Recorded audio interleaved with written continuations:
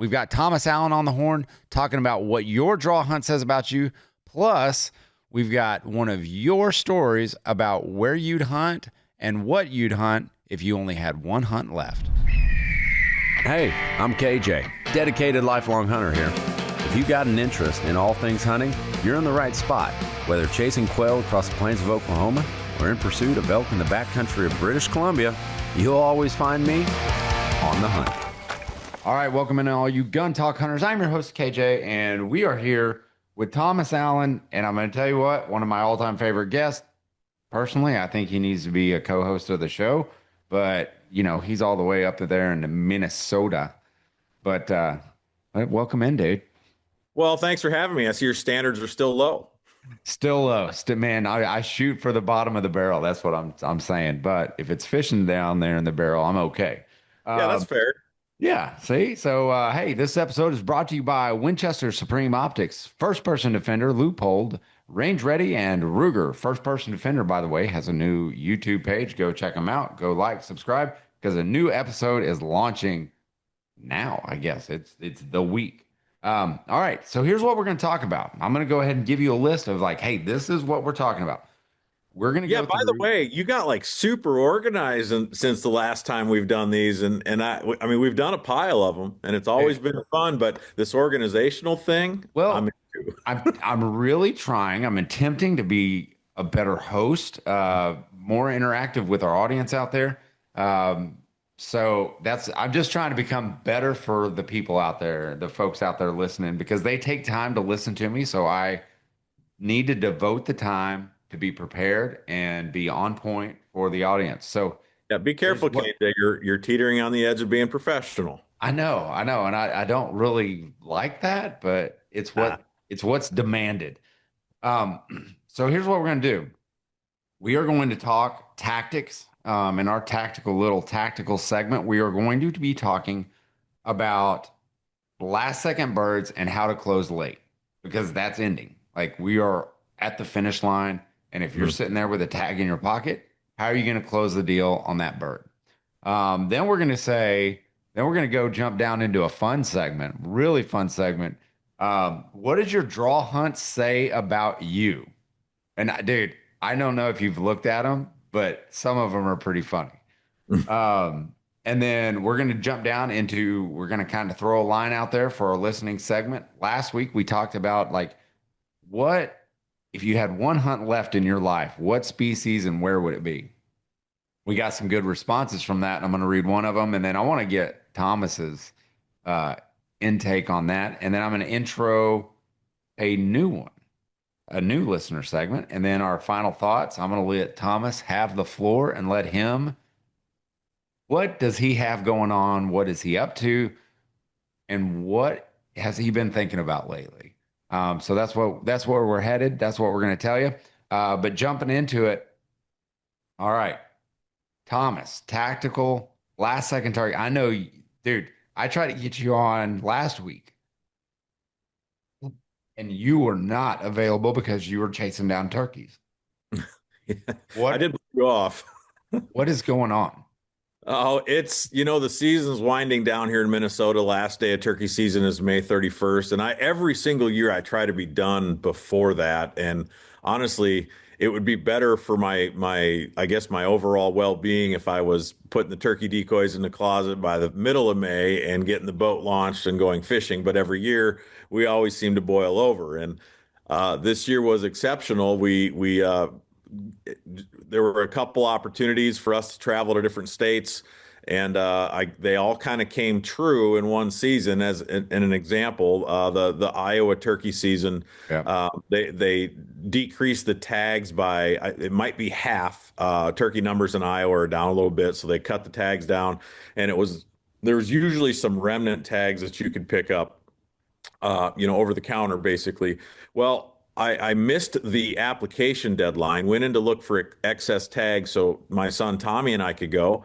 And there was one remaining tag in the state of Iowa, and it would just so happen to be for our unit. So I bought it for Tommy. I wanted to make sure he had an opportunity. Wow. He killed his bird. Taylor and I ended up with tags in Illinois and New York. Okay. We did both of those hunts, came home successful. I did not shoot a bird in Illinois, but great to see her kill one. It was great. We both killed magnum birds in New York. And then everything in Minnesota happened. I had my cousin and my uncle come. Then my dad came along. We got those three guys birds. Catherine and I tagged out in Minnesota. Then we had the game wardens come. We talked about that hunt that we've done in years past. Jeremy came, a couple Texas game warden buddies came. They Yep. three shot their birds. It was an amazing couple days. Taylor and I then went to New York and came home, and she still hadn't filled her Minnesota tag. Oh, Now, okay. I'll give you the very brief rundown. So she wanted to shoot one with a crossbow. So we had gone out a couple times with the Raven, couldn't close the deal, and then one of my bosses called, and I work for In Fisherman, right? So my main Right. objective is to produce and share fishing content, and that's I love that.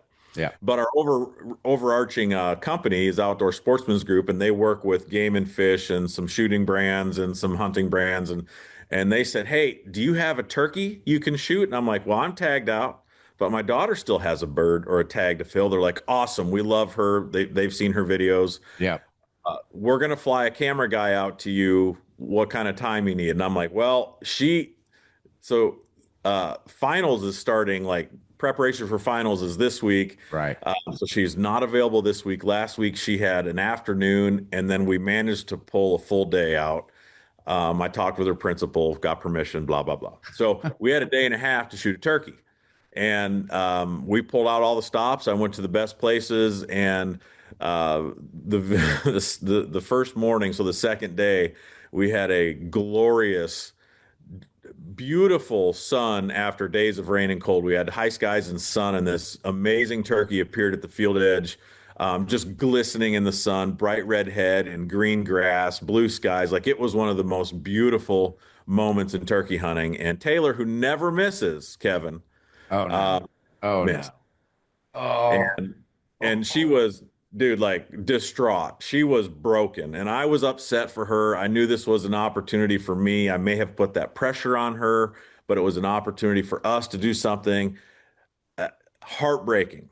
All right, so we Mm, had a phone call with mom. I kind of got myself collected. We went to Casey's and got some breakfast pizza. good That for cures you. a lot of things. Don't need it, Yep. but went back out to an afternoon spot, and this is a true story. Camera guy, Taylor, and me, we're all asleep. And you always kind of, if you're out in the turkey woods and you're like, I just want to wake up to a gobbler and a decoys. Yeah, don't wish that, because then the wheels start to come off the bus. I woke up and I'm like, Taylor, get your gun. There's two longbeards 15 yards out in front of us. And Oh my gosh. we're trying to film this, right? So we have no B-roll of these birds running in, and the silly They thing just is, show up to the party unannounced. dude, I got buzzed by my phone. This is what woke me up. I buzzed at my phone. I look at it and look up, and the turkeys are there. Well, the notification was the trail camera set up, the Tacticam that they walked past coming into Yeah. me. Anyways, giant hot mess. I managed to get 4 seconds of the kill shot on my phone with a professional camera guy here, Oh my and gosh. we put it together. But I got to tell you, like, it's going to be dramatic, but it's going to be epic. And Taylor, in true Taylor fashion, came through, put the Predator goggles on, and dumped that turkey Yeah. right where he stood. So, you want to talk late season tactics? Like, Yeah. I can't overemphasize the importance of, just like always, running some fuel through the truck, using binoculars, and looking and watching and being out there to see where they're at. Because as the grass grows up, and this happens in every state this time of year, they're harder to see. Yeah. But you Well, got to be on the road looking for them, and the cameras are kind of my eyes when I can't be there. yeah. I mean, camera usage is good, but you can't replace time on task. Time on task means your preseason scouting, your years of putting work in. Like that's kind of when I see it pay off in the late season, is the work that you put in before. Mm-hmm. And just being there. When you can't be in the field, man, it's hard. It's hard to see where they're at. And and time on task is the ultimate It really success is, tool. but there's another thing to keep in mind, and honestly, so these turkeys that one of the turkeys that Taylor shot, the two that came in, they got skittish when they saw the Jake decoy, and Hmm. that particular property has got a gaggle of Jakes, and when they get together, they can be a pretty tough customer to deal with, and they'll run the toms off. So I had the decoy out there because I was kind of hoping to get like decoys fighting, or I'm sorry, turkeys fighting the Yeah. decoy, add some drama to the hunt.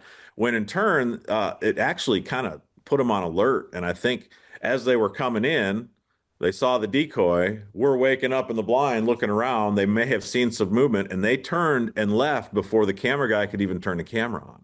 Okay. So, it's probably wise to think about non-aggressive or non-confrontational decoy setups late in the season.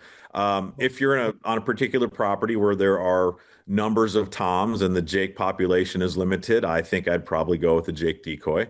But when the Jakes kind of overrule things, you might want to pull back a little bit on your decoy spread. So that Well, was and lesson learned again. Well, and think about it like this. I mean, if you think they've just gone through they're going through their breeding season, they're at the kind of almost at the tail end of it, Mhm. and they've been fighting the whole time. Man, I mean, put yourself in their shoes. If you go through a season where you've been fighting a lot, you're like, man, I just want to take a break. Like, I just want to hang out with some folks, have a nice evening, have a nice sit. I mean, if you think about that way, they're not too far off of us personally. Well, you're absolutely right, and I just think they get weary of the battles, and in the turkey hierarchy, they know exactly where their place is. So, if they're the top dog, they're going to intimidate every bird that comes through. They're going to rule the roost, if you will. But as the season starts to peter off, and the hens have got their clutches created, and they're sitting on the nest, they're not going to be as confrontational. So that's something to keep in mind. Yeah. Calling wise, I've hunted all over this country, and I can tell you right now that the call shy theory that a lot of guys will tell you, I just don't believe it. No, I think you can call a lot more than people are willing to admit. They just don't know that they're able to. But there's a time to be quiet, and that's nap time. apparently that's nap time. I'm That glad you that kind guys of bit weren't. is this year, but yeah, I'm we ended glad up you guys weren't crunching on Hostess or yeah, or Twinkies. well, whatever it was, we got it done, and Taylor was a rock star. She killed 3 longbeards in 3 states this year. That's Ooh, pretty awesome. she's doing good, man. She's starting to get up there. She's starting to collect her own trophies, and yeah, that's really cool to see. And I know Tommy, man, he's an apex predator now. I mean, especially now that he's got his own wheels. That's Well, terrifying if I was a deer. yeah, and he had a great year too. He killed his Iowa turkey, killed his Minnesota turkey, guided my dad, his grandpa, to a turkey, and then he guided a buddy to a turkey. So he saw 4 birds die to his own effort, Yeah, and I think that's pretty impressive for a 17-year-old kid. So yeah. he He's coming into his own for sure. But the All right. downside is, Kevin, I didn't get to see any of those turkeys. He was Oh, on his own, and so I'm kind man. of been replaced. No, you haven't been replaced. Nothing will ever replace dad. Like what's like he's got his memories with you and like he's putting your effort into his own work, which is really cool to see, man. You got to be proud of that. Very proud of him. Absolutely. All right. We're going to take a break real quick, and when we come back, we're going to jump into what your draw hunt tag says about you as a hunter right after this. Da, da, da, da. Introducing this Winchester Supreme THSX 640 because seeing in the dark isn't just for bats, vampires, or ex-girlfriends stalking your socials. With a 640 by 512 VOX sensor, the thermal sight spots heat signatures through fog, smoke, darkness, even your buddy's weak excuses. Zoom from 2.3 to 8x like you're directing thermal action movie. 10-hour battery life, Wi-Fi, compass, ballistic calculator, heck, it practically hunts for you. It's waterproof, 300 Win Mag rated, and comes in a case tougher than a $2 steak. Supreme performance, not so supreme price. Get the THSX 640 and turn the night into your playground. There you go. Tired of your range time being just mag dumps and Instagram flexing? Enter Range Ready Training, where Director of Awesomeness and everything else, Chris Sereno, turns keyboard warriors into actual warriors. or something like that. Pretty dang close, I would say. Yeah, the guy's been there, done that. Pistol, check. Rifle, check. Yeah, we got it all. Force on force, we do that every now and then too. Bring your bruises, instructor development. Welcome to the Thunderdome of learning. It's more than training, it's range ready because real life doesn't come with a respawn button. Oh, the Ruger American Gen 2 Predator, because sometimes you just want a rifle that looks like it's been dipped in badass and Cerakote. Spiral fluted barrel? Check. Splatter finish that grips like grandma's hug but less scratchy? Double check. Recoil? Reduced. Fit? Customizable like your favorite video game loadout. Adjustable trigger? Smooth as jazz hands. Oh, and the bolt? CNC machine for that butter on a hot pan action. It's got a pick rail, a muzzle brake, and more modular options than a Lego set for grown-ups. Get the Predator, because your prey deserves a fair, terrifying fight. Psst. Hey, have you heard who loves guns, gears, and discounts that feel slightly illegal?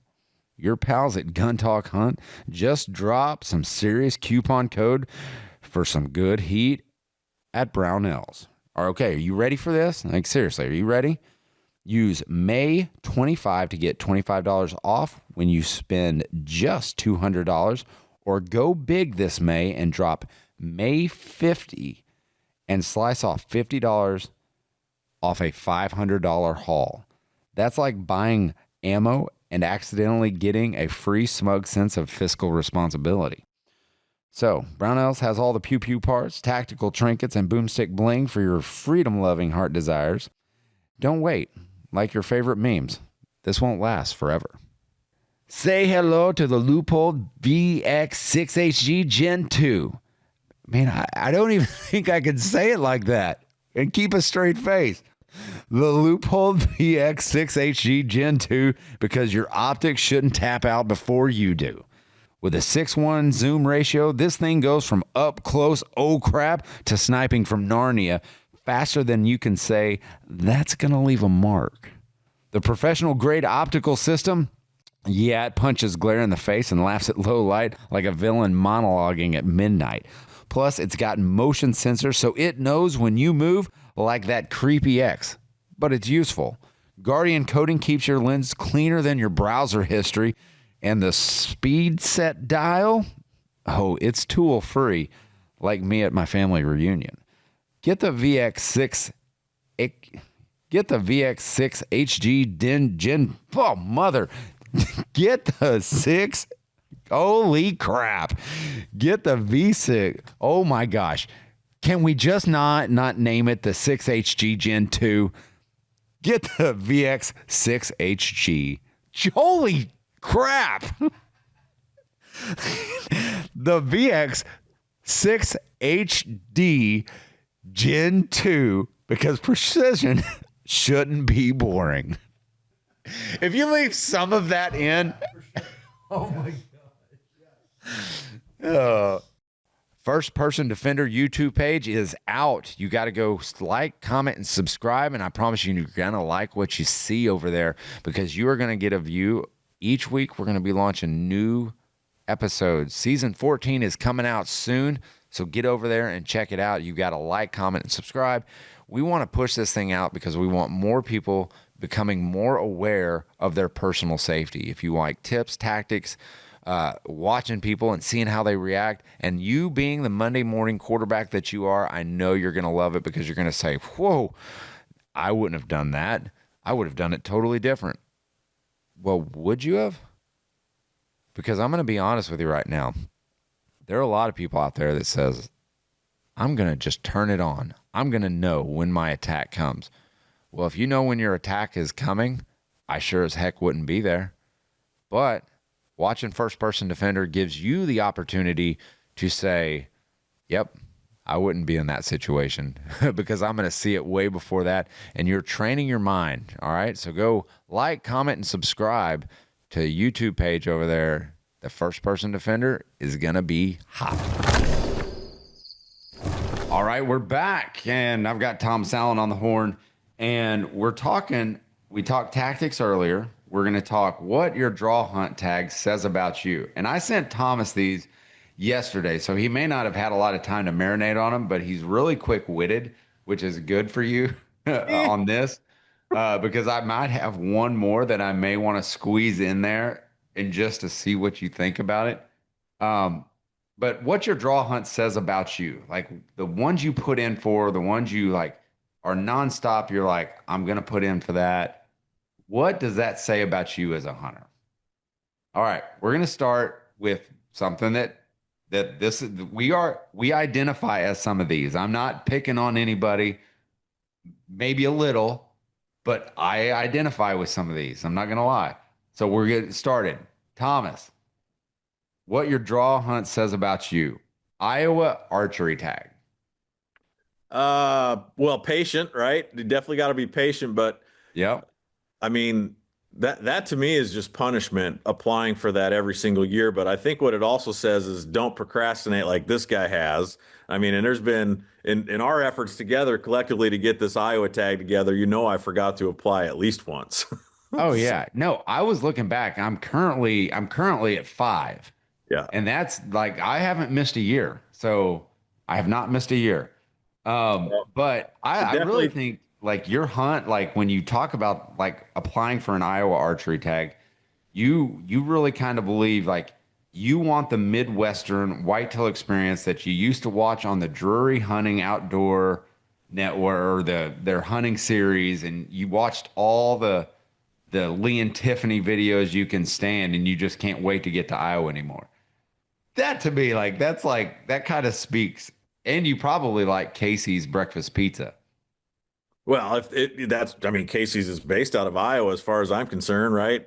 So I definitely think you got to be a glutton for punishment, but you got to be hardcore because if you're gonna take the time it requires to apply, to wait, and then finally get the tag, your investment to make the most out of your time there has to be full tilt because if Yeah. you let up off the gas a little bit, you might eat that tag, and we also know what that feels like. Oh, we know what that feels like all too well. But that's another story for another day. All right, here's a really popular one.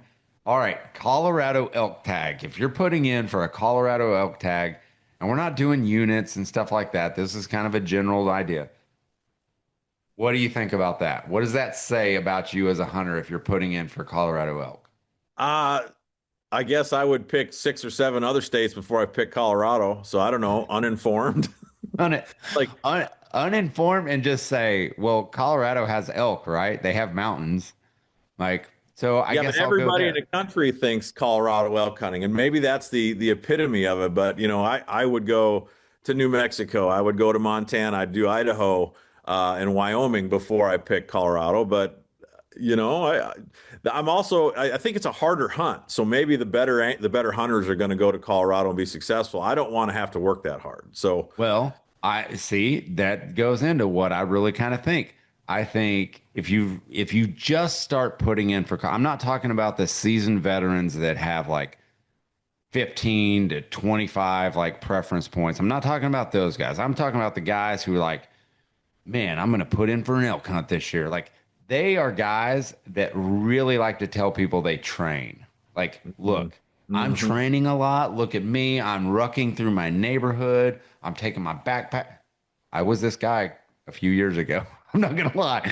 Like I took my backpack to the gym to run on the step mill.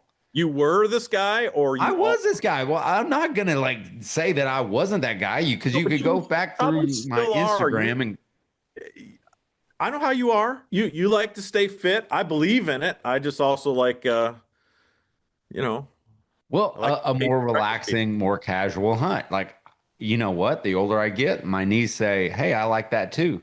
But like, I was the guy every morning with a 90-pound pack on my back, just walking through the neighborhood, and I'd pick up the pace a little bit. But I'm a flatlander, so I do think the guys who are applying for Colorado who are new to this, they want a little bit of like street cred as far as their training go. Yeah. Look at me.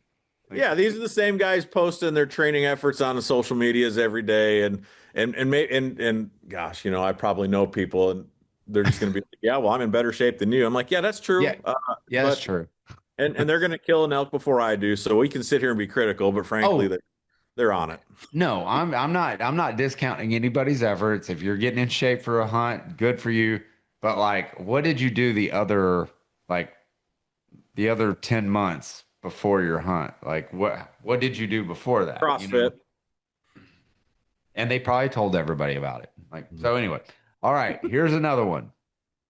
Wyoming antelope tag. What we were both, I was this guy. It's probably a little bit me is still this guy. What does a Wyoming antelope tag say about you as a hunter? Cheap.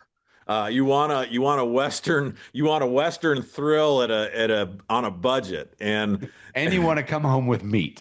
and you want to come home with meat. You also might want to go to prison. You like driving, you like walking, you like the 6'5" Creedmoor. I think there's a lot of things that play to that, but all of that is fun also. Um, I, Yes. It I'm it is. I think it's like, hey, I'm a newbie to Western hunting. This is my way to this is my excuse that I can shoot at an animal running at 600 yards and not feel guilty about missing.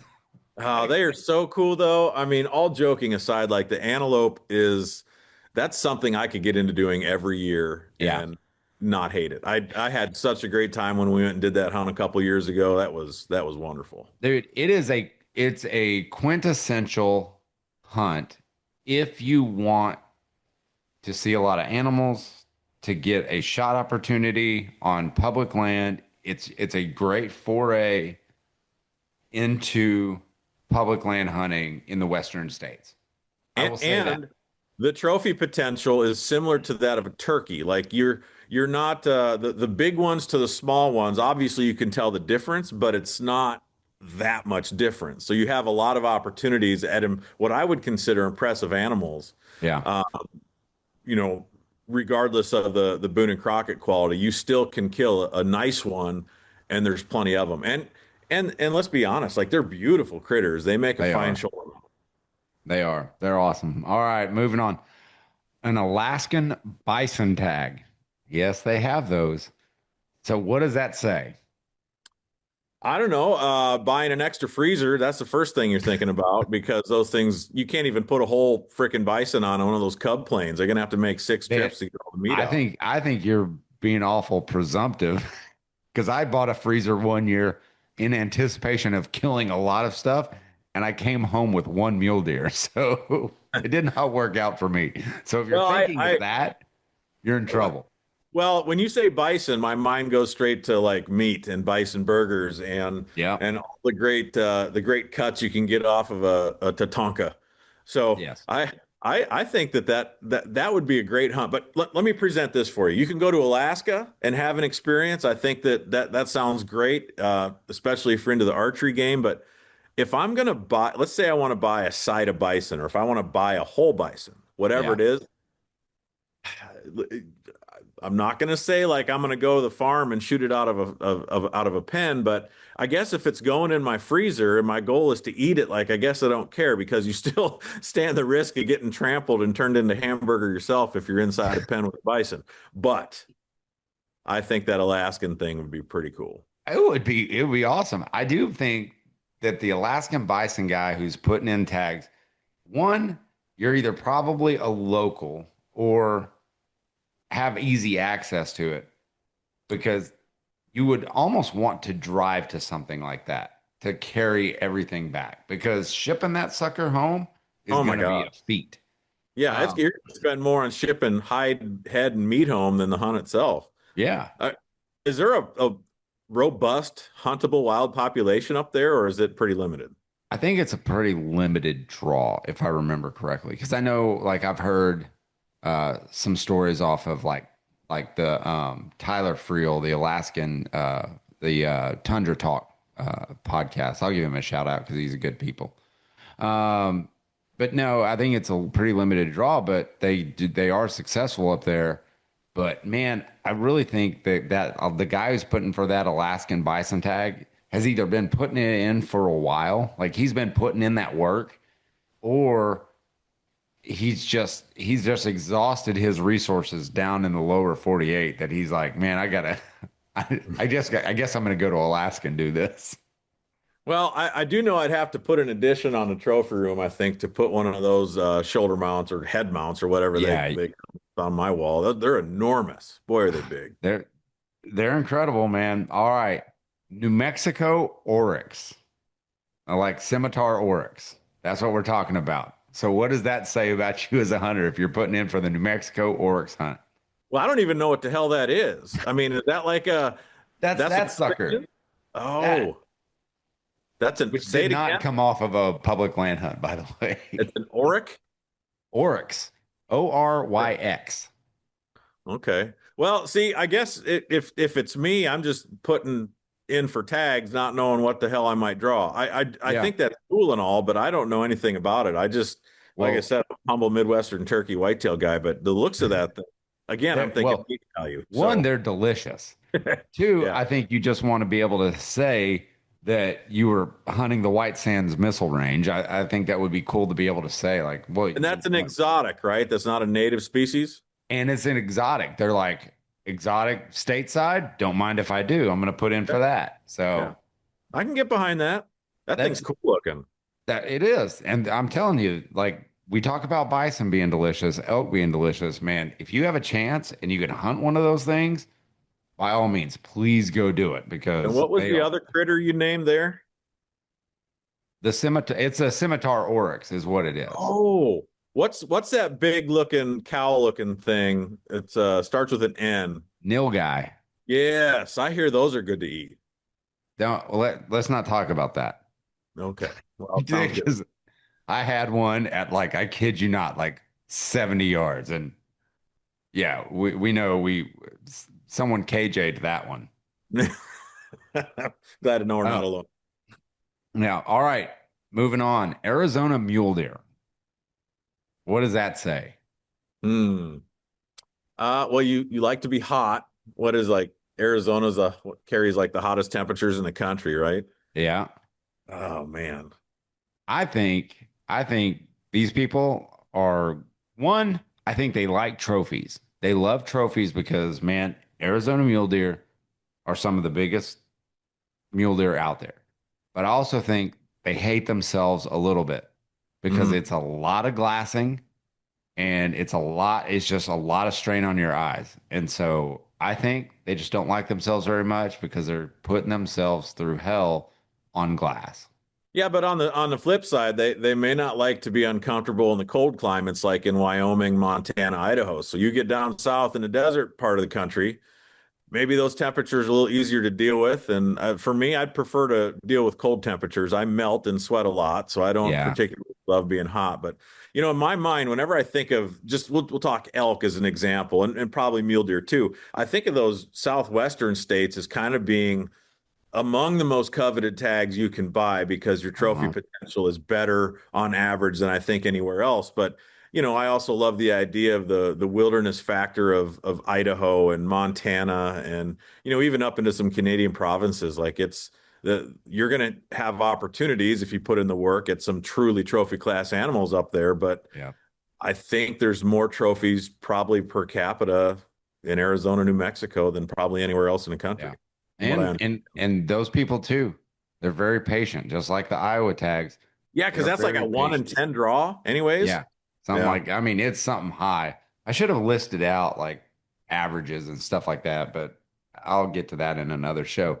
But yeah, so that to me is like, man, patient and they hate themselves.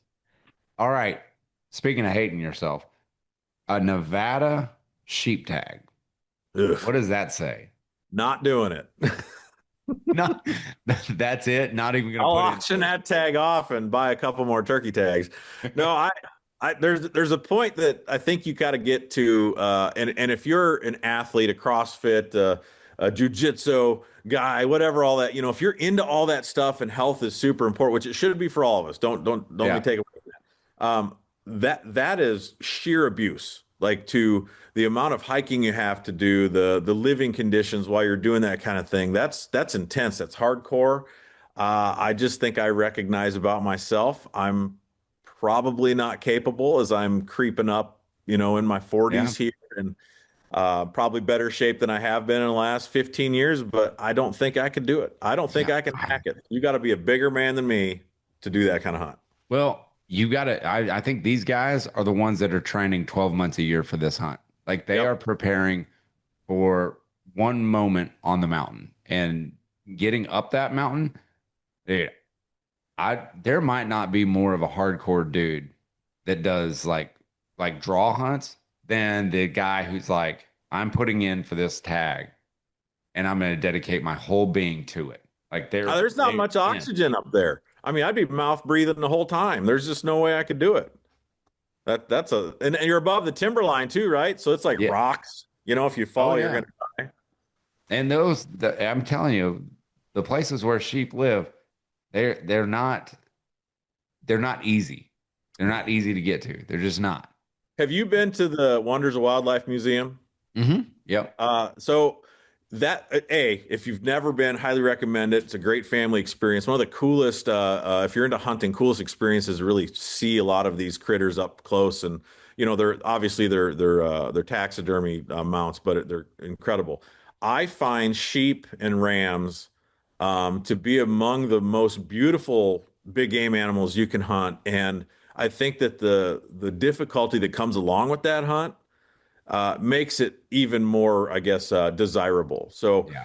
like, hats off to the guys that do it. I mean, no, Oh I'm yeah. talking a little bit of trash here, but I literally, I don't know that I'm capable at this point in my life to do a hunt like that. So I admire the critters in a place like that. But if you're going to go after one of those things, the lifestyle you have to maintain 365 is impressive. It's impressive. All right. I'm going to throw in one wild card here just because it's for the state that I am in, the Louisiana alligator. What does that say? I think that says I like to do some hillbilly crap. Yeah, Like, oh that's my hillbilly, God. all right. But I mean, we've all seen that show. Oh, what? Sorry, I can't remember the name. What's that alligator hunter show where they? What's the name of it, Shoot Kevin? 'em, shoot Shoot 'em. 'em. Yeah, what is that? Well, that kind of brought gator hunting like to the forefront of the American outdoor enthusiast perspective. I think that if you're going to shoot if you're into predators, whether that's black bears and Yeah. mountain lions, like you got to put an alligator on your list. Oh yeah. And that show is called Swamp People, right? That's right, swamp people, and Yeah. you're into teeth, and you're into things that could eat you. So Yeah, you are into things that can eat you. And I'm telling you, when I'm talking like when you do it and you do it kind of like the local way and you don't go like guide service, which you know what? I'm not even sure since I'm a resident, I don't need a guide to go do it. But if you did it on like public waterways or whatever, that is I mean, it is about as nitty gritty of a hunt as you'll get. yeah, and Okay. I definitely think you got to hate an alligator because I got little dogs, and like I would kill an alligator, give him the people's elbow if one of my little dogs got ate. So I wonder what type of dogs the average alligator hunter has. That'd be a question I'd like to know. I don't know. I'm not sending my dogs in the water after them. I mean, No, but it's a dog parent protection it's factor. a dog parent. I don't Yeah. know. I don't know if there's anything that's going to eat my freaking 89-pound German short hair. He's a Yeah. horse. My I God. have I have Boston Terriers that are, Oh yeah. this big and They're they bite think they're sized. this big. Yeah, so funny joke, total sideline. We have had a pair of geese that nest in our backyard on our pond every Uh-huh. year. And we have two Bostons. One's a 27-pound larger Boston Terrier. Then we got a small one that weighs like 18 pounds, and she Wow. thinks she's a mountain lion. When that goose stands on our yard, of course, it takes a crap every 5 minutes. I watch it do it. My little dog will stand up on a windowsill and bark and growl, and her eyes are bugging out. And she's just angry that it's there. And I'm like, dog, if I let you outside, that goose would whip your hiney. Yeah. Oh yeah. So I kind of laugh at their attitude on what they're looking at, knowing that what they're looking at is That door swings open and the dog stands there and is like, do I really have to go out there? a little dog would go try, but she'd only do it once, I think. Anyway, That's rabbit funny. trails are Anyway. good. All right. So, hey, moving on, we've got a listener segment that we want you guys to get involved in this. If you have any suggestions or any funny comments about our list today, let us know. But last week I posed the question about you've got one hunt in your life. What species are you going after, and like where are you going? We had Todd. Todd wrote in and he says his is definitely an elk hunt, Wyoming or Montana. He wants a horseback pack in, so he's gonna do the long trail in with a horse. Probably, I'm guessing a wall tent. I've been in those camps and they are unbelievable. If you have a chance to do it, that's a once in a lifetime deal. Um, but he's taking his Winchester Model 70 and 308. So he wants to get a little bit closer. So, dude, Todd, thanks for writing in. KJ at guntalk.com if you have anything else. But I'm going to ask Thomas. Thomas, one hunt the rest of your life, what and where? Yukon moose hunt with a bow, period. Yeah. I mean, I That that's an now, experience I want badly, and I think that they're not very fast. They're not. I don't. I'm gonna say I don't think they're hard to shoot at, and I don't mean it like they're yeah, easy to kill, but I mean, you're gonna get close. You got like a 24-inch square that you need to hit, maybe bigger. I just yeah. think it's one of the most impressive creatures on the planet, Oh, and yeah. I don't need a Pope and Young. I would be happy with a nice one, whatever the legal requirements are. Yes. But I think to me, that's the epitome of the North Now, American bow hunting experience. I'm telling you, that's on my list. My list was I want a moose grizzly combo. Like, and if I can do that with archery equipment, that's what I would prefer. But if like someone was like, here, you have to do this with a rifle, okay, I'll do it. Eh, But archery equipment with that close encounter, to be that close to those, I mean, it's just impressive to me. The guys that do it year in and year out, just it's amazing. yeah, And you're right, up in the Yukon would be the place to do it. yeah, that's a So once in a lifetime experience for me. So, I would tack on the grizzly side of that too, and completely agree with you. Got to do it with a gun. I'd be fine with that. yeah, But dream so wise, on paper, archery tackle for me. just saying that I may in 2 years I'm putting that on a list as a float moose hunt Mm. in Alaska. So if you have interest in jumping in on that, let me know.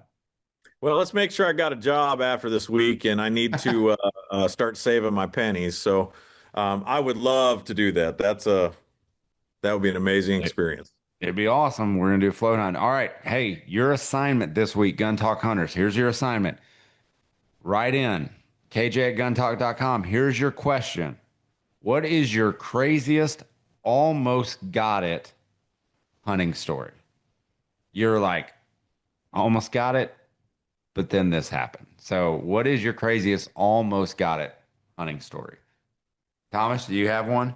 Yeah, my mind immediately went to like, oh, I would say 2000, between 2000 and 2002, I messed up a stock on a 200-inch whitetail. No. Yeah, so I lived in Iowa, right? So there were those were around every tree there allegedly. I actually was in a tree stand and the wind was blowing so hard that like I couldn't have shot an arrow out of a tree if I wanted to, but I saw this enormous buck, and I like to this day I still have dreams about it. Kind of walk into about 80 yards and the wind was blowing from him to me. He was in a fence row and he bedded down. And I kind of looked at everything. I'm like, I can get to this point and I will have a clear shot. The wind is in my favor, all that wind. It was great. Short of it is, I made the stock. I got to 35 yards. I'm using a caliper release on my bow. I imagine the bow was not super nice back in those days. I don't remember, but either way, it had a D loop on it. So Yeah, I looked down, clipped on my release, looked up. He was standing up, staring at me. And by the time I did this, he was gone. But that's how I you don't got to know. 200 inches. That's right. I don't know how many points. There was a bunch of them, but the mass is something I'll never forget. Like it was, I'll bet he had 5 inches of mass at every measurement. It was a monster. Really? Stockage basis for sure. Like just a ridiculous deer. So Man. All right. it's Man. bigger every time I tell the story. Yeah. I mean, that happens. I mean, he was probably a good 120 inch whitetail. Eh, it's a little bigger than No, that. no, man. So mine has to do with whitetail too during muzzleloader season, and we had this deer on trail camera, and we named him Petey because, like, in the Little Rascals, the dog that had the like little black ring around his eye. Yeah. Well, we named him that because he had a white ring around one eye. It was the craziest thing. Beautiful deer. And we had made the decision. He was probably in the 150s. Like he was probably like 145 to like a 152, like right in that range. And he had stickers all over. We had made the decision not to shoot him that year. We were like, what could this deer be in 1 to 2 years? Like, what would he be? And so I'm sitting there in the blind one morning and I had left my muzzleloader in the truck. And then I had come out in the morning. It was a frosty morning, beautiful fall morning. And I turned the truck on and the heater was on. It was loaded from the night before. You guys know where this story's headed. I get to the blind and I'm sitting there and all right.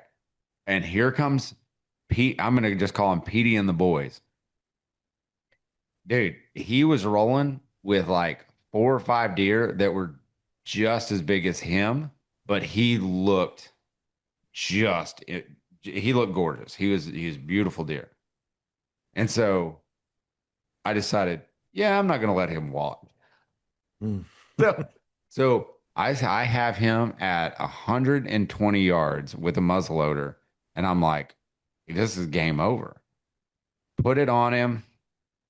I press the shot off, and nothing like it caps, nothing happens, and I've got this big like voluntary feeder. Like it's a cattle feeder is what it is, and I just dump like 700 pounds of corn in it, and they just eat it anytime. But it's massive, and he's standing right at it, and doesn't nothing happens. Nothing happens. And I'm like, well, I guess this is a sign that boom, gun goes off. Oh, a hang fire. A hang fire, and I all I hear was the smack of metal and a freaking like a bullet. Like that's I mean, it hit right over him and he was gone. And I was like, God dang it. I was like, I knew I wasn't supposed to shoot that deer, but that was a definite sign. If he comes back, I'm not going to shoot him again. And it's one of those calm, cold, cool, like silent mornings. And my buddy, who was like a mile away, was like, did you get him? And I was like, no, I did not get him. And he's like, well, crap. I kid you not. Not 7 minutes later, I hear a shot. And it's the neighbor. He shot Petey. Oh, I've heard that happen too. Oh, and and I had just made up my mind after the shot went off that I was like, I'm not gonna shoot him. No, that was my sign. That's all I needed. I'm not gonna shoot him. Well, apparently the neighbor was praying something totally different than I was. Oh, that hurts. That We've hurts. got Yeah. Thomas Allen on the horn. So anyway, talking so about yeah, what your right draw in. hunt I says want to about hear you. your craziest. Plus, I almost got we've it. got one Story. of your stories about and we'll go where from there. you'd hunt and what All right. you'd hunt if you This is only the had last one segment, hunt left. man. It's Thomas's final word. I want to hear what's on your mind, man, and whether it's the state of hunting, like where you're at mentally on the hunting side, what you're preparing for, what you're looking forward to. You got the final word, man. Well, kind of been thinking about this, and I know we've had a tendency to go the route of mild controversy when you and I get together, but there's a continual growing concern that I have.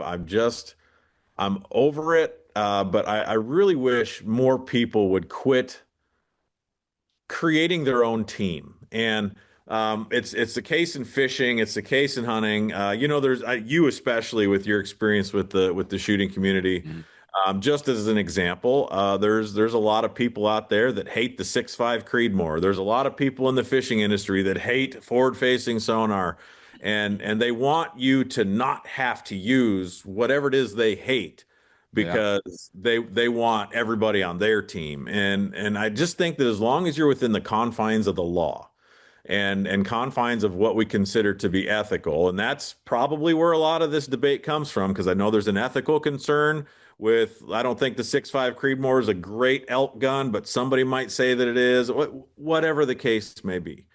Instead of criticizing everybody on social media, instead of making this all about you and there being a this team versus that team, like we need to get back to the essence that we're all the same. The essence that, we share a passion for the outdoors, whether it's fishing, whether it's hunting, Yeah. shooting, whatever it is. I think social media has absolutely degraded the relationships that we could probably have by creating this exclusivity thing. And my way is the right way, your way is not the right way. And of course, you got all the internet trolls out there that hide behind their keyboard and talk big on chat rooms and social medias and whatever.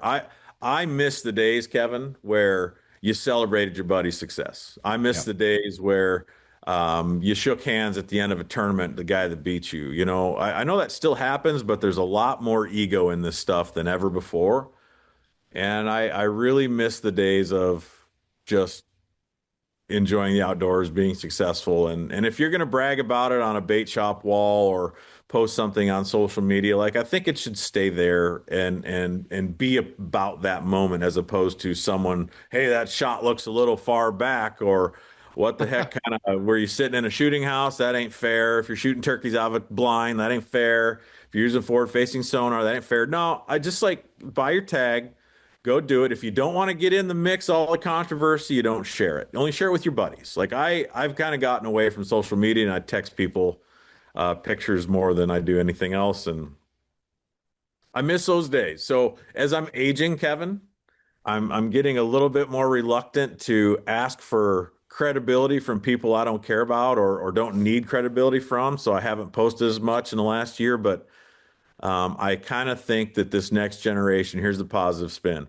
This next generation, my kids, your kids, I think they're largely rejecting the expectation to be on social media, and they're more interested in living their day to day. And if there's a chance that we can get back to what I just said I want to get back to, it's in the hands of our kids. And I think there's a trend that way. So I see a positive movement back to doing what you love and not being told you got to do it a certain way by people that don't know. I think that's trending the right way. Dude, I love it. That's a good final word, man. I don't know. I don't have anything to add to it because I completely agree with you. That's why I don't post a lot on, like, I will send pictures before I will send a post out, hashtag humble bragging about myself. Like, Yeah. and I And know, like, I know I'm in a, but here's the problem is I know I'm in a space where if I'm not doing that, like, have you really done it? mhm. That's what sucks about it. Because like, because I know a lot of killers out there that are, I mean, stone cold killers. Like, and I know like the feats that they've done, and they are just as good as any like celebrity hunter or anything like that that gets their hunts paid for free on like a private ranch. They're out there doing it in the real world. Like, Mhm. I mean, you're kind of that you're that guy who's out there killing stuff and you don't need to brag about it. And so I have props for those guys. And I mean, if that's the way you want to live your life, that's fine. But my gosh, dude, I agree with you. I think as we age, we need atonement less and less. Yeah. And I've gotten real bad. I have gotten terrible at texting people. I've gotten bad at staying in touch with people. And probably with you over the last 6 months, I got a lot of turkey pictures to send you, and I will when we're done Good. here. But I've gotten to the point where I guess my time in the woods with my kids and my wife and my friends and my family, it kind of the value is in that moment. Yeah. Is there a point to share some pictures with some buddies? Absolutely, for sure. But what happens in those moments, that's the purity of the sport that I love so much, cannot be replicated in a photo or a video or a social media post. And so I really eat up that moment. I dwell on that moment. I remember it and I relive it when I can. And I guess the bragging side of it has lost its value to me, Yeah. in a good way. But like I say, I watch my kids and they're not doing it either. They just love the moment too. And I mean, granted, I say all that and I'm being a hypocrite because my daughter and I just came off of a filmed hunt that's going to be on our MOTV network. But that's a blessing. That's something we enjoy to Yeah. do.